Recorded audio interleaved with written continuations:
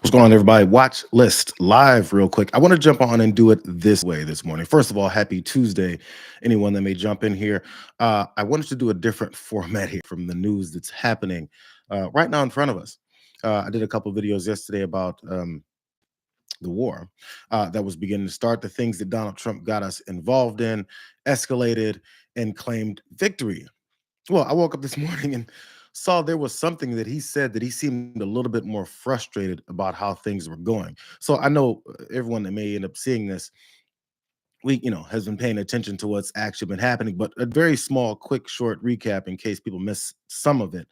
After, of course, Israel bombed Iran and had tensions flowing and fires and rockets are coming back and forth, Donald Trump decided to get involved and sent B-2 bombers and took out nuclear facilities, they claimed. All this is relevant to what's now blown up in front of everyone's face now is Donald Trump's absolute and extreme anger. So I want to give a little bit of that build up before some of you guys may come in that are able to watch live here.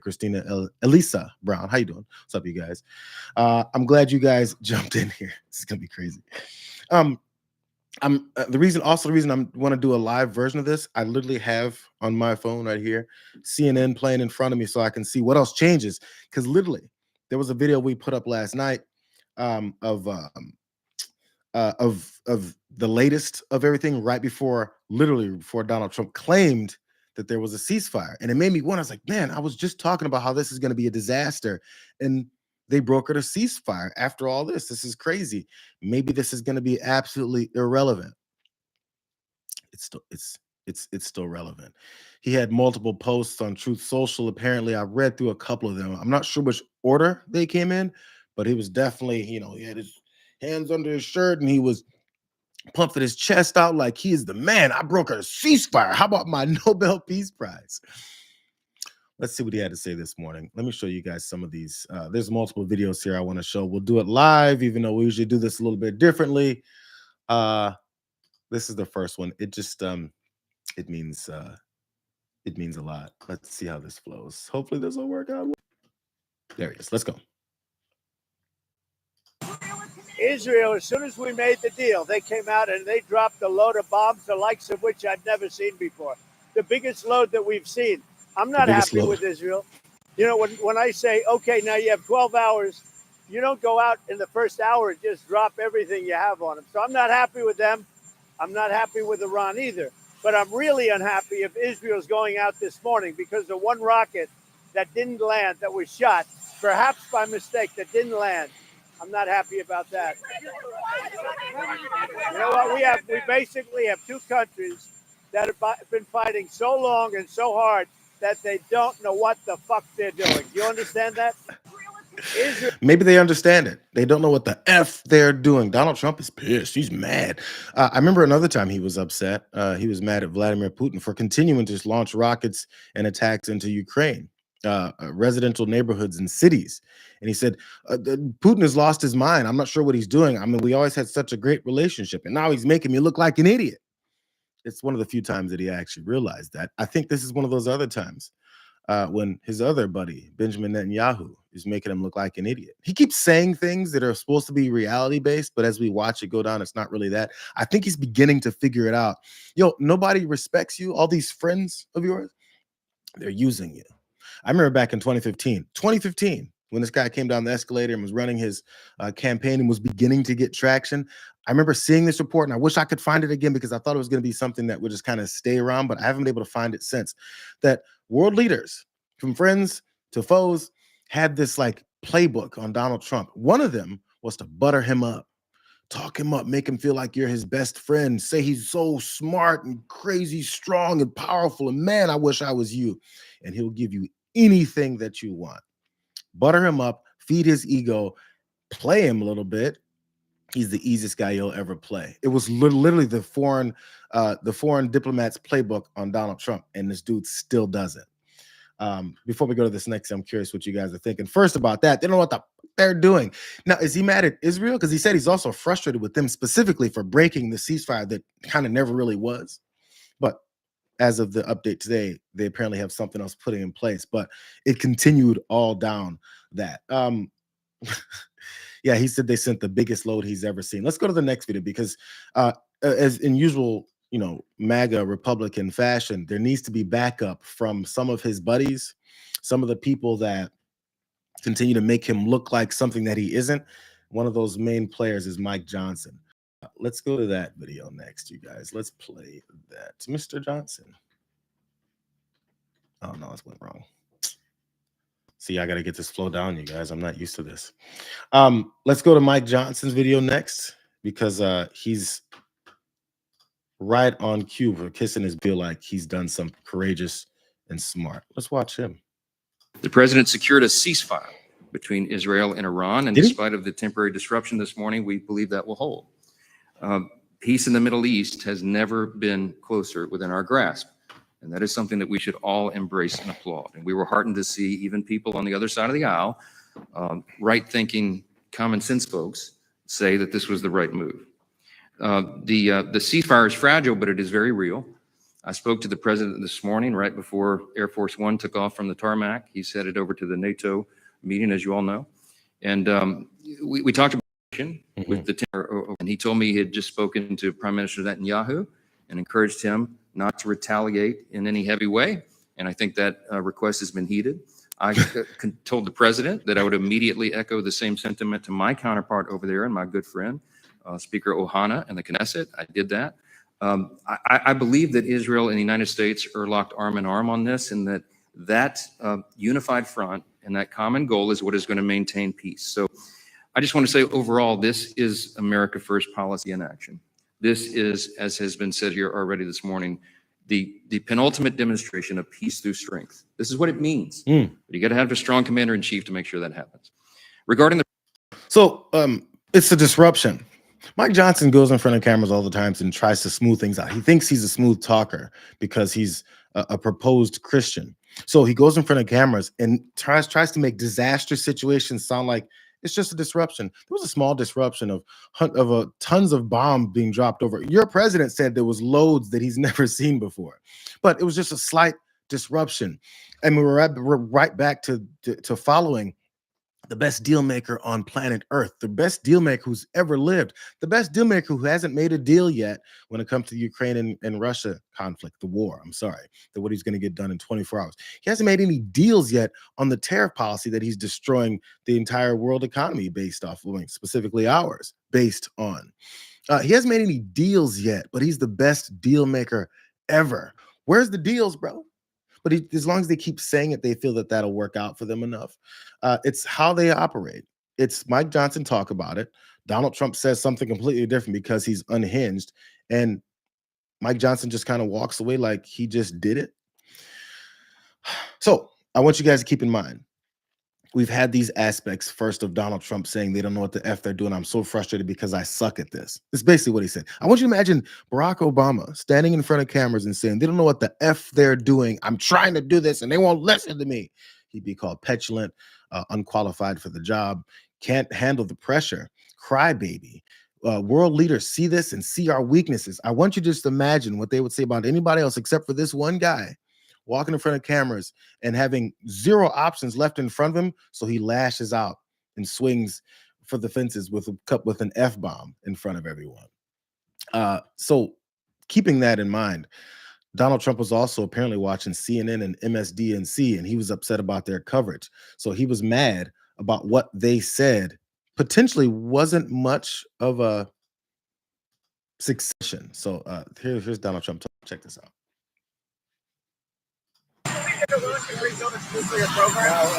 Iran will never rebuild its nuclear. From there, absolutely not. That place is under rock. That place is demolished. The B-2 pilots did their job. They did it better than anybody could even imagine. They hit late in the evening. It was dark with no moon, and they hit that target with every one of those things, and that place is gone.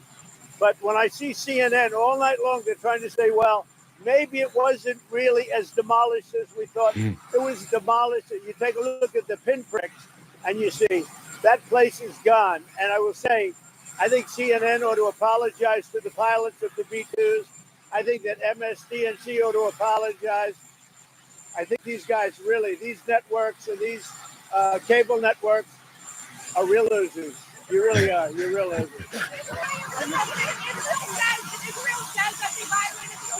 You're gutless losers. I say that to CNN because I watch it. I have no choice. I got to watch that garbage. It's all garbage. It's all fake news. But I think CNN is a gutless group of people. And the people that run it, nobody even knows it's been sold so many times. But the people that run it ought to be ashamed. MSDNC, a guy named Brian Roberts, he heads it. He's a disgrace. He's a weak, pathetic disgrace. This president is in the middle of a huge conflict that he just got more deeply involved in so that he could say he made peace. And this guy is talking for a minute and a half about how much he hates CNN, the leadership at MSDNC, and upset. I can't believe this. I have to watch this garbage. How about you do some work? How about you do your job? How about you learn something? I mean, I said, how about you do your job, but he kind of doesn't know how to do that. But how about you just learn a little bit about what you're getting yourself involved in and what you're doing, rather than whoever else is controlling you and telling you what to do. And you're supposed to be this figurehead that's the powerful, strong, smart guy with the hugest IQ ever. And now he's complaining about how he has to watch CNN talk about the lack of effectiveness, potentially, of the strikes on these nuclear facilities. One of the bragging posts that he had yesterday was talking about how I'm glad Iran told me everything they're going to do. And now they got that out of their system and nobody got hurt. We can move on and go to peace. That was before more rockets were launched back and forth between these two countries. And from what I'm reading, it was Israel that, launched that load that he's never seen before, when they had 12 hours before the ceasefire actually was going to take effect. So they decided to get their money's worth. That's what he was originally upset about. But now he's pissed at MSDNC and CNN because they said it's potentially not going to be exactly what he wanted. So this is worst case scenario. This is why he got so upset. You have to read his emotions because he's an emotional guy. He cries a lot. You have to read his emotions. Once he gets mad about one particular thing, it's because there's probably a lot of truth behind it. When he says that's a lie, fake news, constant, it's probably because maybe it wasn't as successful as they're telling us. This is the problem with being a complete liar, and no one really has any reason to believe anything you say.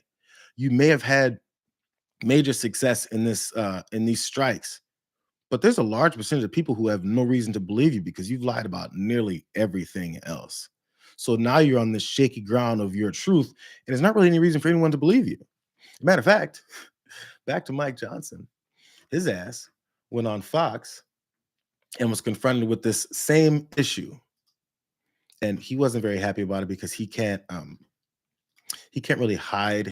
I think he's getting frustrated too. Mike Johnson having to talk about the problems with the potential problems with the effectiveness of that strike. After we crashed them, can I just tell you that right now, Mr. Speaker, Reuters is reporting Iran's nuclear chief says we're going to immediately start reconstituting our nuclear program. I mean, how do you negotiate? Are you kidding me? How do you negotiate with that? It's madness. I mean, we're under no illusion that you can just kill all their nuclear ambition overnight. Wait a second. We're under no conclusion or thought process, whatever the hell he said, that we can just kill their nuclear program overnight. There was a bunch of posts by MAGA people, including the number one MAGA person, Donald Trump, who said, this isn't a war. We're not getting involved in a war. We went in, we launched a couple of bombs, destroyed their nuclear facilities, and we're out. It's over. It's over. Destructed. They're done. Who cares? We're in and out. Why are you guys talking about war? This isn't a war. We just went in there and dropped a couple of bombs and it's over. Bunker busters. They destroyed everything. Everything is rubble. Never going to have anything to do with these guys ever again. They're going to come to the table on their knees and give us everything that we want.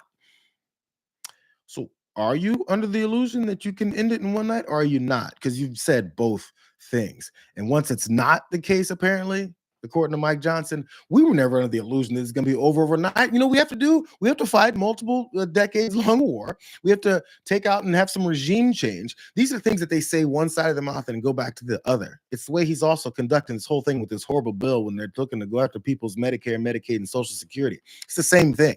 Say one thing and then do the opposite. And when people bring it up to you, go, what are you talking about? All I said was both things. I'm not sure why you're asking me why one thing that I said has nothing to do with the other that I said, because you're liars. Sorry. Also, Lawrence there, I think it's Lawrence Jones. I'm not sure I'm blanking on his name. He said, how do you negotiate with this? How do you negotiate with people that you just dropped a bunch of bombs on? Not sure. I'm not sure either how you negotiate with people who said, yo, maybe you missed and you didn't get everything that you wanted to get out of that strike. How do you negotiate with people like this? How do you negotiate with people like this? He's still talking. But I think reality has set in over there. We have decimated the upper echelon of their military command, as well as their nuclear scientists. I mean, there's not much left for them to rebuild upon. But the idea that they would put out a statement like that at this fragile moment is very frustrating. It goes to show you why Iran has always been an irrational actor. They're not to be trusted, but we've got to use force. I mean, this is what peace through strength really means. You got to forge the peace through the exercise of strength. That's what decisive leadership, strong leadership that President Trump has provided here allows the opportunity for. So we're going to be consistent. Our message and our actions are going to be consistent. We are going to bring this to a close one way or the other. Well, peace through bombing people more. This is Mike Johnson, Christian Moses Mike Johnson, who speaks slowly and boring and monotone to make sure you don't really hear what he's saying. We're so upset, he just said. This is frustrating. You saw him throw his head back. We're so frustrated, we're going to keep bombing them until they bombed into submission.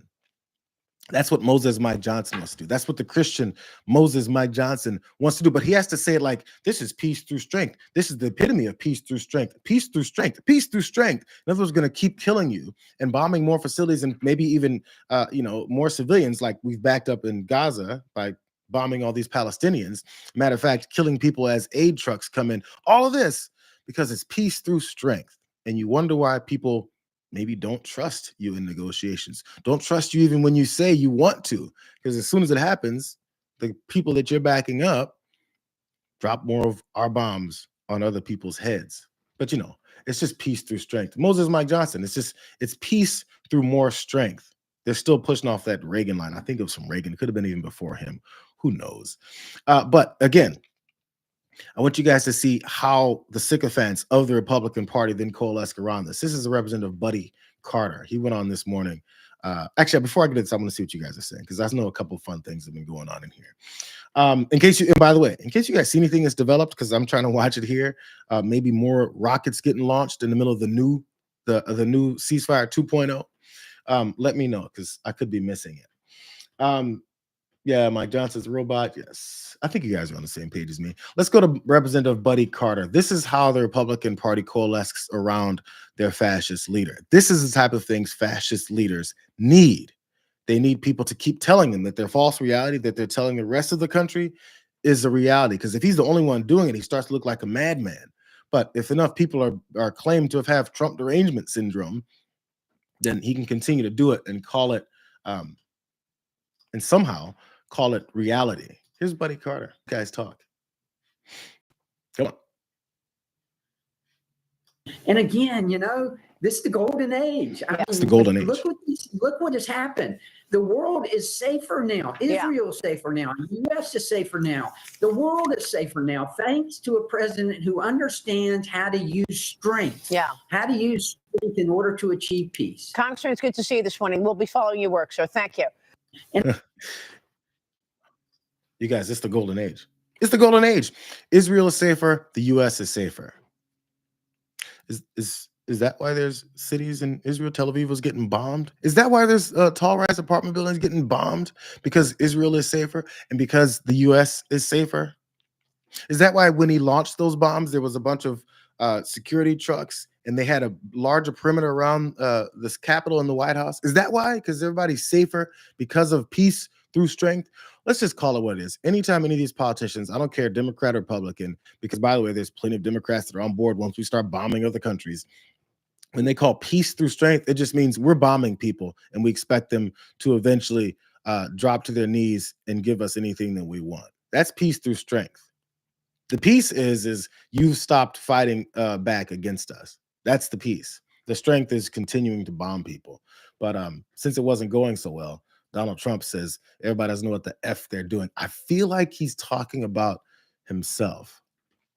There's a couple more of this because the beat goes on. Ted Cruz, who remember got his ass handed to him by Tucker Carlson, He's for some reason gone back on TV with his face getting kicked in. But again, by Tucker Carlson, who I haven't heard. Maybe you guys can update me. Tucker Carlson ain't said anything. Tucker Carlson still talks about the same idea of not wanting to be a part of a war. I'm mad at the war hawks, these senators that continue to push Donald Trump into wanting to go to more wars. No one ever brings up the president's name of these anti-war hawks. They'll say, I can't believe how frustrating this is. Marjorie Taylor Greene did it. I can't believe how frustrating this is. 6 months in and we're already breaking all these promises. Who is breaking all those promises? Who's breaking the promises, bro? She's talking about how these promises are being broken. By whom? And then when people point out that Marjorie Taylor Greene is having a clash with Donald Trump, she comes back and says, I can't believe the media is trying to pit me against my president. He's doing everything great. He's doing what you said you're against. So is it him, or is it some random floating figure above your head that's doing all these horrible things? Or is it Donald Trump? They can't say his name. They can't say Donald Trump is effing up and he doesn't deserve to be here anymore. Let's see what Ted Cruz had to say. Because clown. Go, Ted. Yesterday, the president had a busy morning on Truth Social, posting this: Israel is not going to attack Iran. That's All planes will turn around and head home, while doing a friendly plane wave to Iran. Nobody will be hurt. The ceasefire is in effect. The president brokering ceasefire and peace in the Middle East yesterday. Joining me now is Texas Senator Ted Cruz, a member of the Senate Foreign Relations and Judiciary Committees. Senator, it's great to see you again. Thanks so much for being here this morning. Assess the president's leadership on all of this and what has taken place. How do you see things? Well, I think President Trump's leadership has been extraordinary. It has been clear-eyed. That's one part I forgot to mention from the other ass kisser. I already forgot his name. Buddy Carter. The first thing you have to say, or it has to be within the first phrase. Whatever it is that you're about to push, whatever propaganda you're going to push, you have to include because of the strong, resolved leadership of Donald Trump, because of the steel jaw of Donald Trump, because of the great negotiating tactics of Donald Trump, because of the great brain of Donald Trump. They always have to have some kind of connection to how he's made this great thing that they're about to lie about happen. God, he's such a lackey. More. He has stood unshakably alongside our friend and ally, the state of Israel, and he acted decisively this weekend to take out Iran's nuclear capability. The military attack that our soldiers carried out was incredibly effective. We had 7 B-2 stealth bombers that dropped a total of 14 bunker buster bombs on 3 nuclear facilities, annihilated those nuclear facilities and made it home safely with no casualties whatsoever. That was clear. That was decisive. And that was clear and it was decisive. Totally knocked it out. The whole purpose. Again, politicians go on cable news to get a line across. This is not just Republicans. You go on and be like, I need to get this point across, and enough people are watching at this particular show so I can convey this one message. The only message Ted Cruz had there was Donald Trump is my dad. And then number 2, the effectiveness of these bunker buster 14 bombs that we dropped on these facilities was incredibly effective. Nothing's been more effective ever seen in life. So again, you may want to believe it, but there's a problem with believing people who've never told the truth. So maybe it did. I don't know. I'm not hanging out in Iran. I don't know about the nuclear facilities. I don't know how deep the bunkers go. I don't know if these bombs landed so directly that it destroyed them all. I have no idea. But I do know that Ted Cruz is an extreme liar, and he follows by the biggest liar, the only liar that's bigger than him, Donald Trump. Kisses his ass, has a nice whiff of his anus every time because I don't know what happened to him, but before when he lost that presidential election, I mean, the primary to him, he changed up everything that he thought about him. But why would anyone believe anything Ted Cruz or Donald Trump have to say? Why? What's the point? There's actually a better reason to not believe them. They should prove a lot more in order to come back from the hole that they've dug for the past 10 years over how many lies this guy has told. Why should anyone believe you? It's not because we're so anti-American. Oh, man, we want all these other things to happen. It means you're a liar. That's the point of letting everyone know that someone's a liar so that maybe in the future you don't believe the next lie that they tell. So why would anyone believe this lie? I feel like we missed the purpose of calling people liars.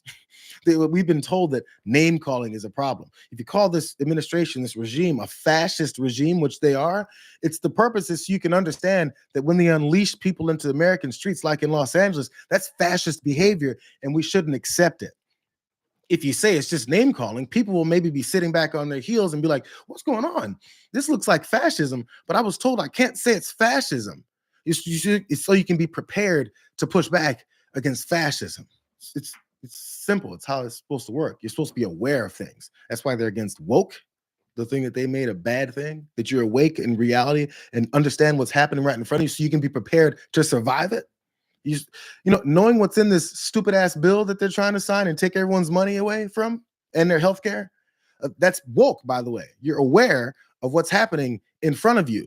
You're aware of the things that are in the bill. That's woke, but they don't want you to be woke. They want you to sit back and take all of the madness and not have any idea what's happening while they tell you these lies, and it's supposed to replace your reality. That's the reason why you call people names.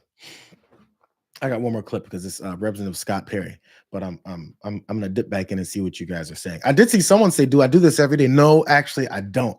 I should though. I'm glad you guys are here. I miss doing live shows. I actually miss talking to someone else about all this stuff. I usually don't like to just go on long half-hour rants like I'm on right now. But if I do this, it would probably be in the mornings, probably when I first jump up, because again, I first woke up and I heard Donald Trump cussing. It was kind of funny. So if I do this every day, just a general point, I just want to see a couple of you guys' comments in here. What's a good time? Around now, it was 11 o'clock Central Time when I jumped on here, about 11:15. What's a good time for you guys? Midday? Where are you guys at? Of course, we're all over the country, so maybe around, the West Coasters have to wake up. So maybe 10 a.m. for them, noon for me, 1 o'clock for East Coast. Who knows? Maybe I'll do it around noon. Make sure you guys can see here and do a 9 p.m. What's wrong with you, Christina? Calm down. I'll 9 p.m. That's when I may do other things. Maybe have conversations. I want to do stuff with Rick Strom. We've been watching on 9 a.m. She says, okay, sorry, you fixed that. Maybe 9 a.m. for you if you're on the West Side. Lunch break, drama watcher. I like it. Lunch break is right now for you. Maybe you're on the East Coast then. Anytime except for when the damage report is on. Come on, Luck. The dragons are in here trying to take over my flow. Well, damage report starts in like 15 minutes, I think, actually. So I'm gonna have to get out of here. So May Money, what's going on, May Money? 9 a.m. I know you're on the West Coast. Works for you. Good. Before TDR. Yeah, maybe I should be like my old normal time slot. Just build right into TDR. He starts at noon. I should come on around, I guess if we're talking noon for my time, 11 a.m. Maybe I have an hour to chat up with you guys. I like that you guys give me these. I'll continue to look through some of these, but I want to finish this whole thing up, you guys. Scott Perry. And again, think about what we've been talking about. The effectiveness of these bombs to destroy these nuclear facilities, which was the whole purpose, they said, not to follow Benjamin Netanyahu into another war and regime change that he wants to take care of before he then goes into another Middle Eastern country and then another Middle Eastern country. The whole purpose was to do that, go in and go out and get away, because these terrorists have a nuke 2 days away from a nuke. Every 5 years, they're 2 days away from a nuke. Every year, they're another 2 days away from their nuke. So since we've been so close to this and they've destroyed everything, everything is great, everything's wonderful. The best president in the history of the United States just conducted the best airstrike attack ever. In fact, he was flying the damn B-2 bombers. He was in there because he's stealth. So that's the case that's been made. But they still need to have this fear-mongering in effect. They still need to make you feel like you still should be afraid so you can continue to support whatever future strikes and wars they want to get involved in. So John Berman on CNN asked, I love John Berman. He actually does good work. I like the way he does stuff. I think he flies under the radar for anchors. So he asks these very logical questions, and you guys know I always say this.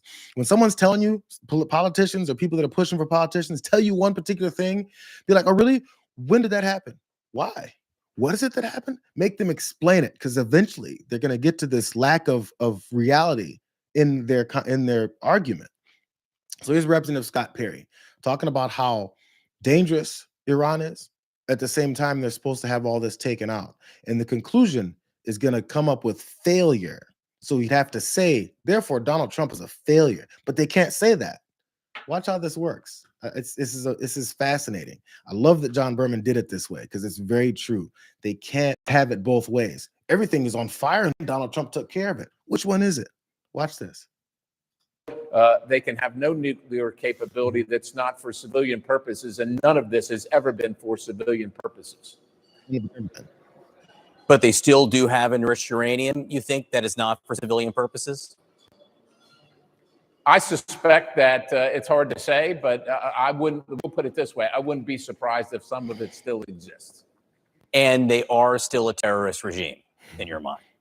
They absolutely are. They have never changed since the day the Ayatollah took over, and they threaten their neighbors not only in the region but around the world. That has been their history. That's who they are. So after these 12 days, there is still a terrorist regime in power with enriched uranium. That is absolutely true. Yeah, I think that's a correct characterization. Is that good? Is that a good thing, bro? No, of course it's not good. But again, the goal for the United States of America is to make sure that they can't do anything with that enriched uranium. Really? So is that a good thing? He just went through the whole gauntlet. Yo, this is still a terrorist state with enriched uranium. I wouldn't be surprised they have enriched uranium because, we want to keep being able to have that, be able to play that card that we keep playing for the past 30 years. We keep playing that card, so I can't let it go. So isn't that a bad thing that your operation that apparently ended the whole problem still exists? The problem's still there. You just said it. Isn't that a problem, bro? Well, yeah, it's still a problem, but that's why we have to keep doing what we said we don't have to keep doing. Liars can't fully explain it all away if you ask them enough questions. This is just what we're seeing in front of us. And hopefully more people will ask them the questions. Just, if nothing else, just for a simple explanation. Doesn't have to be angry. It doesn't be, well, tell me this then. Tell me this then, Senator Perry, or Representative. Tell me this, Representative Perry. How come if you destroyed all the facilities, how come they're still having enriched uranium and they're still a terrorist state, according to you? That, too much aggression will have them go, well, I can't believe you libs over here think that you get, so it turns into an argument that has nothing to do with their point. Just ask them directly.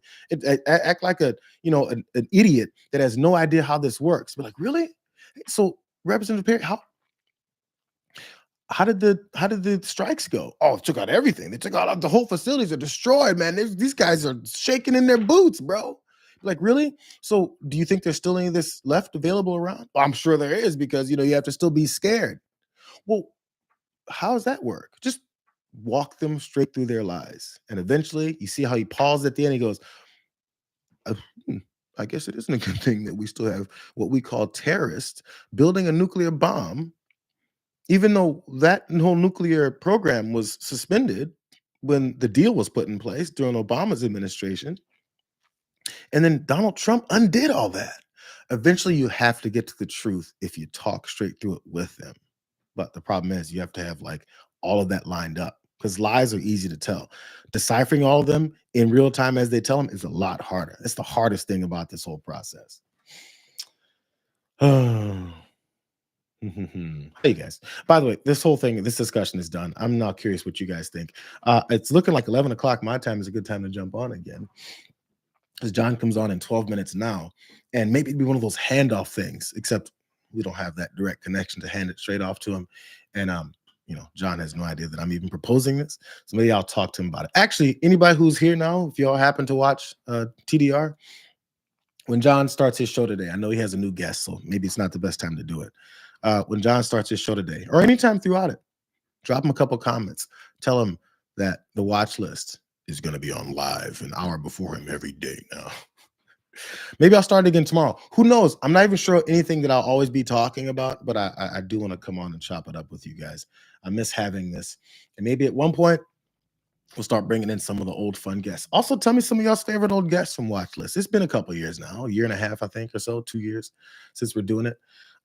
Not the pre-port. Calm down, Dragon Shepherd. See the dragons. Calm down, you guys. This is not the pre-port. This is not the damage report. This is the watch list. Maybe it's the watch party beforehand. The watch party just before we go into the damage report. Why not? Let's get some good names. We have to get some good PR on this. Luck Dragon, says Francesca. Francesca's awesome. Maybe I'll reach out.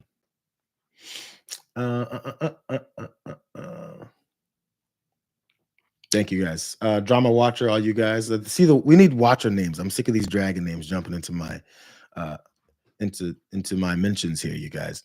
So all the dragons go talk to John. I'm gonna get off here so I can actually do some of these preset stories today. I'm sure I'll be talking more about this conflict that's apparently in a ceasefire point now. Maybe I'll just use this as a minute because I think I covered a lot of things that I wanted to say.